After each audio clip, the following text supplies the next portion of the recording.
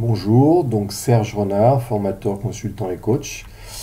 Mon expérience et les innovations mises en place fait que je suis devenu un spécialiste de l'andragogie multimodale coopétitive, c'est-à-dire multiplier les approches andragogiques au niveau de la formation, du conseil et du coaching.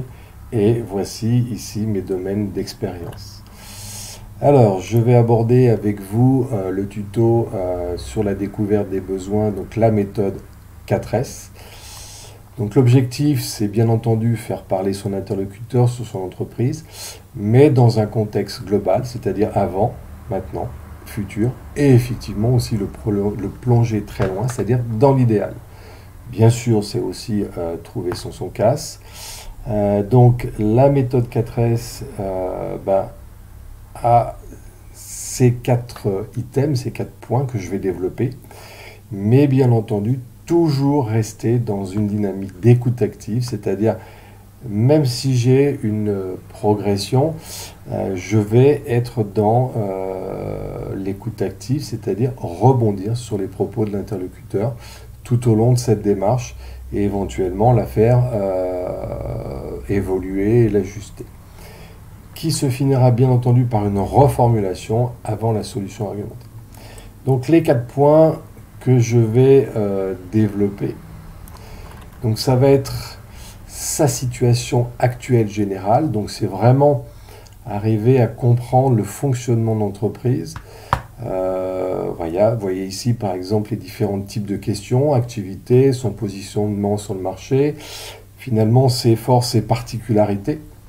On peut avoir aussi ces types de clients, les différents services bien entendu liés à mon produit ou mon service et l'objectif de l'entreprise, c'est-à-dire finalement quels sont les fournisseurs qu'elle peut avoir, les tendances qu'il peut y avoir sur son marché, comment fait-elle face à la concurrence, comment il pense faire évoluer ses activités, tout ça pour avoir une vision vraiment très globale de son entreprise et finalement l'aider à évoluer, l'aider à avancer, à être pertinent, efficient sur son marché. Deuxième point, sa solution actuelle, là c'est vraiment obtenir un contexte très précis de ce qu'il a actuellement, bien sûr en lien avec ce que ce que je souhaite lui proposer. Ici, effectivement, qu'est-ce qu'il a comme produit ou service, comment il peut effectivement utiliser ce produit, est-ce qu'il a un fournisseur actuel, et puis il y a certainement bien d'autres questions, là c'est à titre d'exemple. Donc là, je répète, arriver à comprendre sa solution actuelle et son fonctionnement. Troisième point, c'est solution envisagée. Ça veut dire que là, on va vraiment réfléchir sur sa notion de motivation. Donc ça veut dire finalement qu'est-ce qui le pousse à évoluer, quels sont des besoins très précis en termes de fonctionnalité, de technique et de contexte. Donc là, on sort du produit en lui-même pour arriver vers la solution auquel il a déjà réfléchi, sachant qu'il peut y avoir des décalages entre les deux. On peut aborder bien entendu son budget. Il est aussi bien entendu judicieux d'aborder tout ce qui est service associé, comment il pense la prévente, comment il pense la notion d'environnement, les notions de normes. Et on va finir par les critères de choix, c'est-à-dire finalement quels sont les critères qu'il va choisir tel ou tel fournisseur.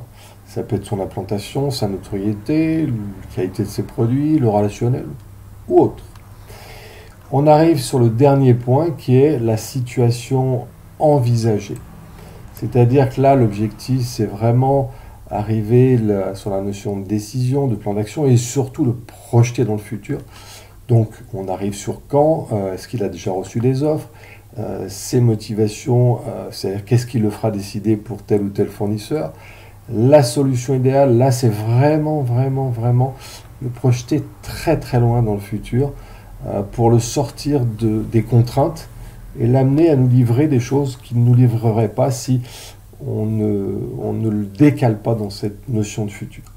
Et puis effectivement la notion de qui est vraiment décisionnaire. Bien sûr, cette technique permet d'avoir une trame, mais comme je l'ai dit, toujours savoir rebondir sur les propos de l'interlocuteur et terminer par une reformulation avant, bien entendu, la solution argumentée. Voilà, écoutez, je vous remercie pour la visualisation de ce tuto et je vous souhaite à très bientôt pour la suite. Merci, au revoir.